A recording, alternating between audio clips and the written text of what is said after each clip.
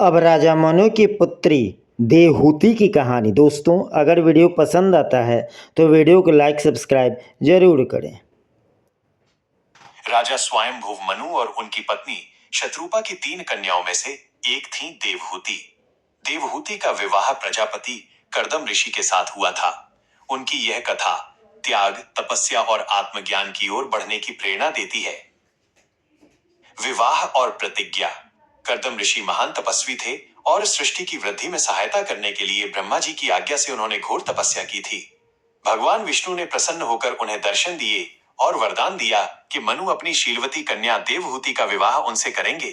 साथ ही भगवान ने यह भी कहा कि उनके यहाँ स्वयं भगवान कपिल के रूप में जन्म लेंगे। जब राजा मनु अपनी कन्या देवहूति के साथ कर्दम ऋषि के आश्रम पहुंचे तो उन्होंने देवहूति को ऋषि को सौंप दिया। कर्दम ऋषि ने मनु से कहा कि वे गृहस्थ जीवन तभी तक व्यतीत करेंगे जब तक उन्हें संतान प्राप्त नहीं हो जाती। इसके बाद वे संन्यास लेकर वन चले जाएंगे। पतिव्रता, धर्म और संतान।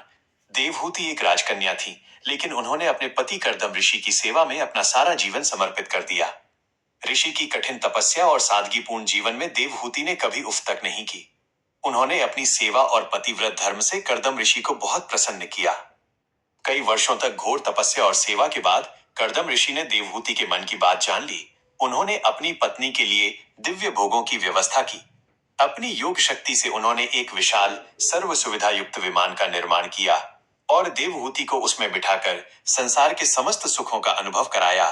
इसके बाद उनके 9 कन्याओं ने जन्म लिया, जिनका विवाह आगे चलकर बड़े बड़े ऋषियों और प्रजापतियों से हुआ, जिससे सृष्टि का विस्तार हुआ।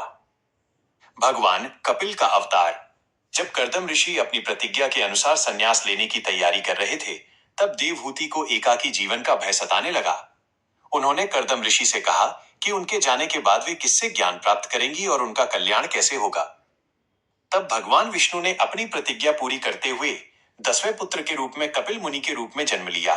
कर्दम ऋषि ने अपने पुत्र को देखकर भगवान की स्तुति की और अपनी प्रतिज्ञा के अनुसार संन्यास आश्रम में प्रवेश कर वन की ओर प्रस्थान किया। आत्मज्ञान और मुक्ति।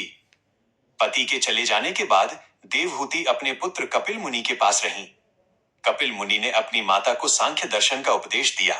ये ज्ञान अत्यंत गूढ़ था, जिसमें आत्मा और परमात्मा के संबंध, प्रकृति, विकारों और मोक्ष के मार्ग का वर्णन था। कपिल मुनि के दिए हुए ज्ञान को ग्रहण करके देवहूति ने एकाग्र मन से योग साधना की। अपनी पुत्र द्वारा दिए गए ज्ञान के प्रकाश से देवहूति ने समस्त सांसारिक बंधनों और मोह माया को त्याग दिया।